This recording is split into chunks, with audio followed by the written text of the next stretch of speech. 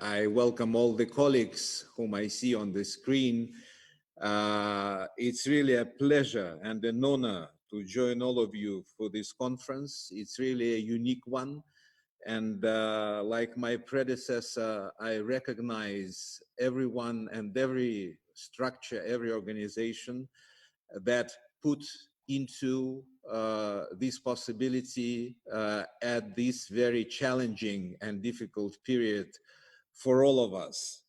I particularly would like to thank our embassy in Guatemala and personally Ambassador Alexander Khacholikov and his team for tireless energy that allowed this event to take place. I likewise would thank every participant of this panel and structures behind them. Now, I'm really certain that everyone agrees with me that we will try to use this opportunity to at least try to contribute to a better understanding of the need to develop a kind of a modus operandi in circumstances when coronavirus continues to spread and related threats and challenges become so obvious. For the first time in history, I wouldn't say in recent history, for the first time in history, the international community has faced a new type threat of an infectious disease with truly global reach. And the pandemic has negatively affected the whole Western Hemisphere and of course us in Russia, having become a dramatic challenge for many countries, including in Latin America and Caribbean. Sadly, the frustrating statistics on coronavirus and related diseases brought us to a very considerable number of casualties and tragedies, which in many ways are similar to what we witness on a battlefield. This is a reality. We need to face it. There is no doubt that fight against the pandemic will require consolidation of joint efforts and the most active international cooperation built on the understanding of the importance of preservation and promotion of what we call here in Russia as a multipolar world. However, some of our colleagues in the international arena unfortunately continue to pursue their self-serving goals. Such a policy seriously harms common interests of the international community, which requires consolidation and solidarity. It is the context in which we view the counterproductive decision of the United States to withdraw from WHO, which plays and we believe will continuously play a central role in coordinating global efforts to combat COVID-19. It is evident that the pandemic has significantly transformed the international agenda. Today, the daily priorities are increasingly shifting to such areas like social services, healthcare, economy, etc.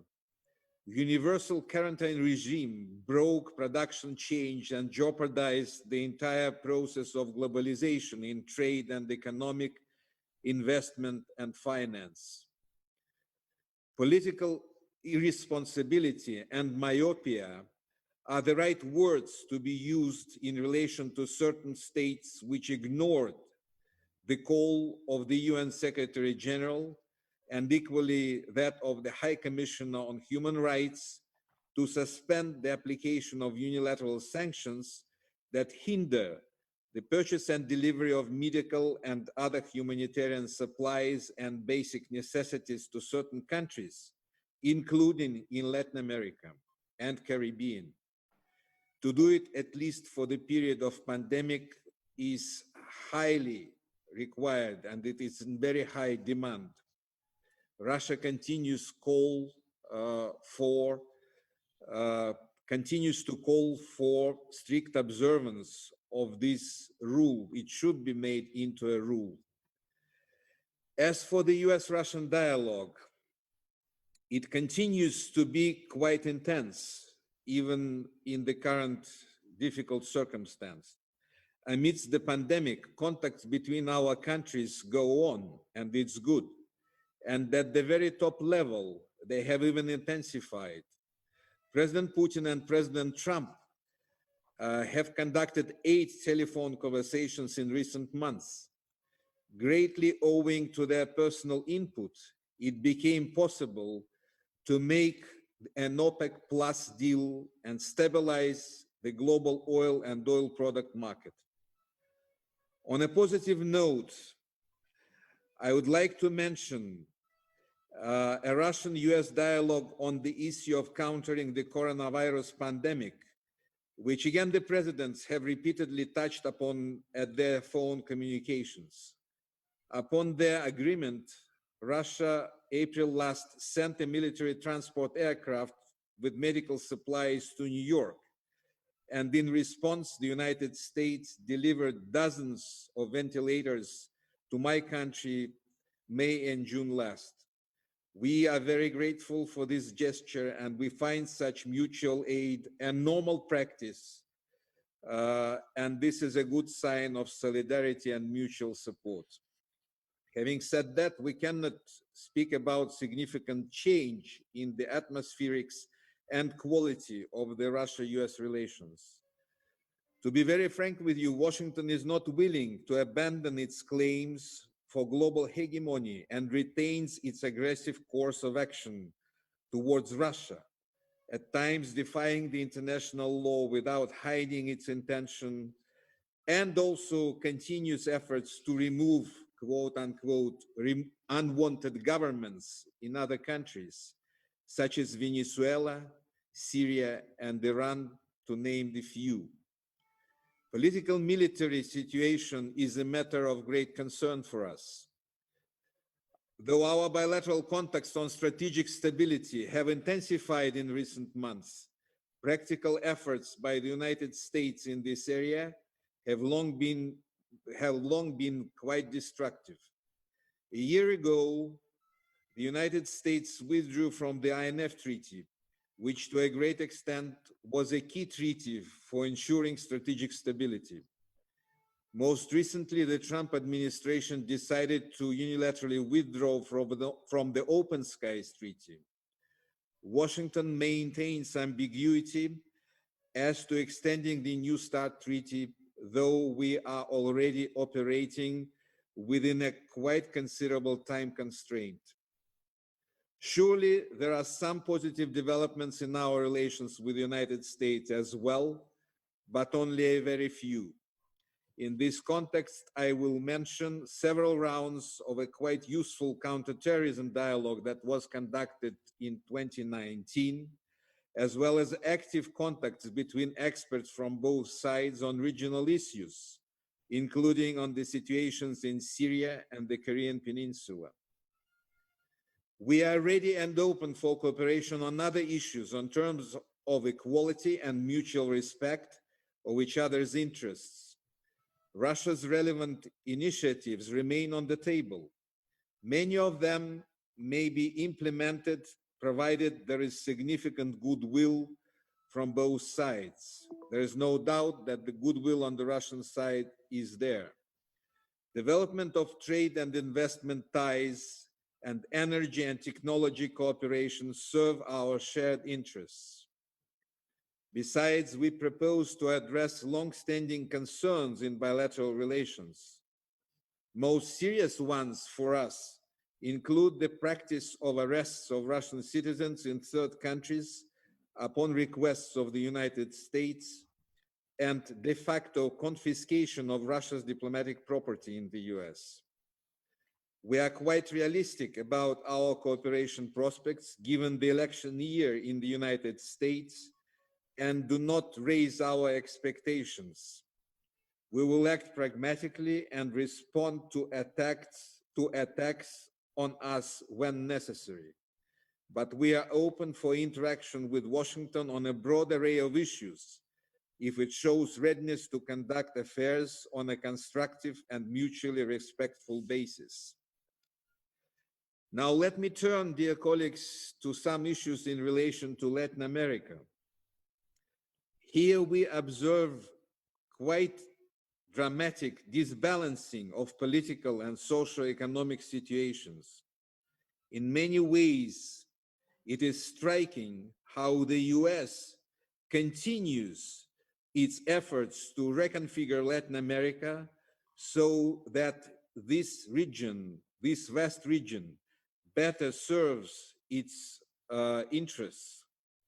It was with quite disappointment and concern that we in Russia some time ago witnessed that the Monroe Doctrine and ideology associated with it was officially reintroduced by the US. Other negative factors that contributed to the deterioration of the situation in Latin America and the Caribbean were accumulated serious structural disparities in social and economic development of a number of countries, coupled with, of course, negative effects of the coronavirus. For Russia, Latin America and the Caribbean have always been the region of political acceptance, economic opportunities, cultural affinity, and unique mentality. Strengthening ties with Latin Americans is an intrinsically valuable area of Russian foreign policy. We build our work with regional partners on a pragmatic and de-ideological basis. We do not look at this region through the prism of geopolitical interests and do not try to put our partners in a dilemma of who to be friends and who to be not. We are very happy to note that our relations with the Latin American and Caribbean countries have traditionally had a positive dynamics. They are characterized by an active political dialogue, including at the level of heads of state. We are in the process of diversifying the trade nomenclature.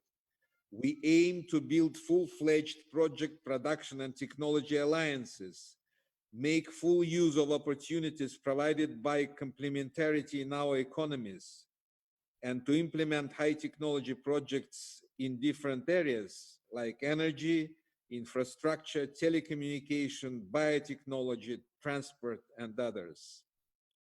In 2019, a flagship project of our cooperation with countries of the region was put into function.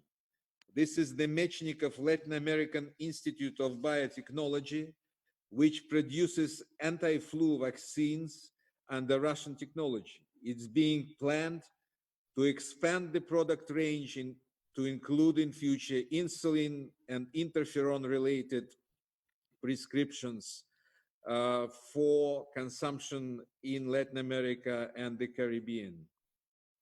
You know that any major crisis opens up new opportunities for enhancing international cooperation and developing new areas of growth in the post-quarantine period, as well as additional prospects for strengthening interaction. They will emerge, first of all, in medicine and healthcare, information and communication technologies, production and distribution of essential goods and services, and ensuring civil security. Today, we assist our Latin American friends in countering the spread of coronavirus. Cuba, Venezuela, the Dominican Republic, Costa Rica, and Nicaragua received Russian testing systems for diagnosing COVID-19 and personal protective equipment.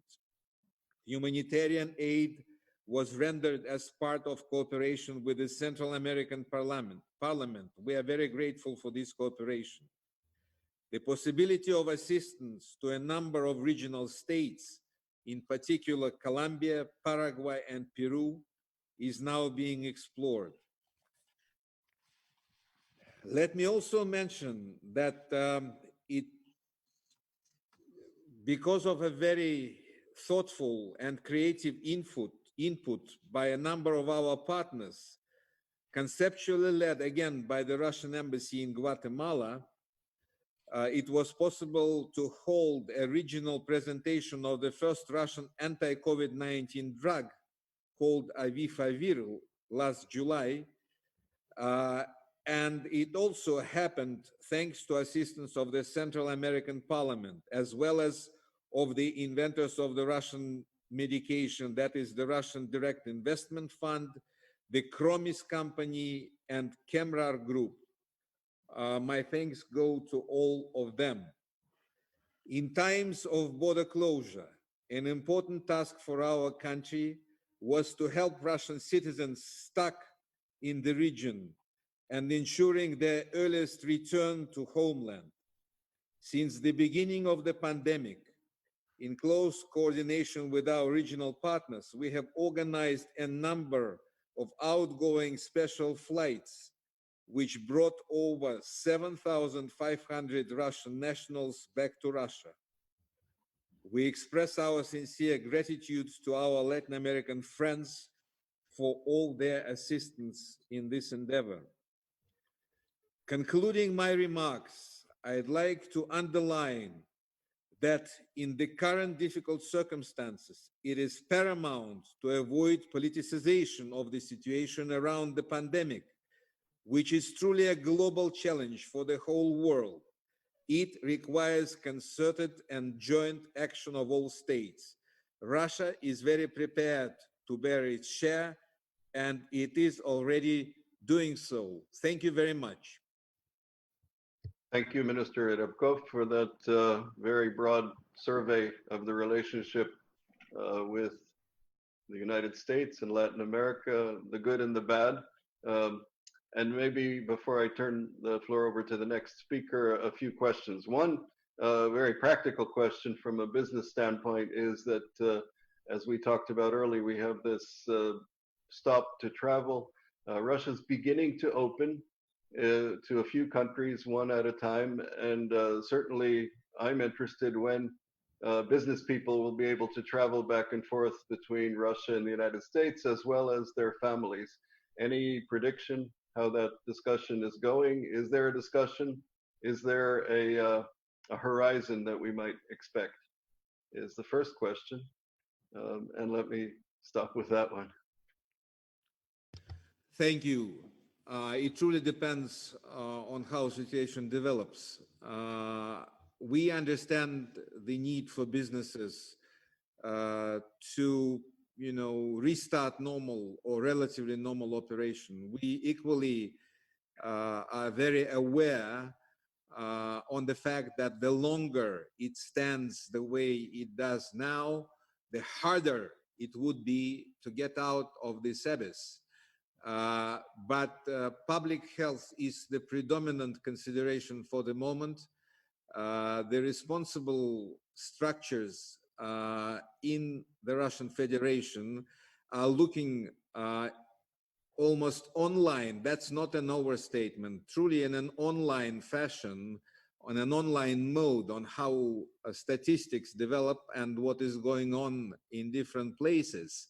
And there are a number of criteria how statistics are being used for this context. The number of cases per 1,000 of population, the relative relation between those who have developed the illness vis-a-vis the number of confirmed cases and some more. And only when all these elements fit into a broader puzzle, then particular countries, quote unquote, become open. I think it's very explainable and natural. For the moment, we have a handful, a half dozen of those. Of course, those who are doing transportation and tourism are interested above all on reopening sooner rather than later. And the government is doing its utmost to kind of balance all the interests there. I think it will I will still think it will take weeks from now before more countries will be open. But already for the time being, there are possibilities to travel to Russia through major hubs, including London, including Istanbul, Seoul for that case, in the Republic of Korea. Other capitals and hubs, I believe, will be added to the list, provided that situation, again, provided that situation allows. Everyone coming to Russia should be a bearer of a valid certificate of a negative test on COVID-19, and this information is also easily accessible through the visa sections of the Russian consulates. Hopefully, there would be no second wave of pandemic to an extent that we will see a rollback of the current rather positive tendency here. So both for businesses and expats working in Russia, their families, I see now more hope rather than a very bleak and dark picture through which we went during all these months from February, March and onwards. Thank you.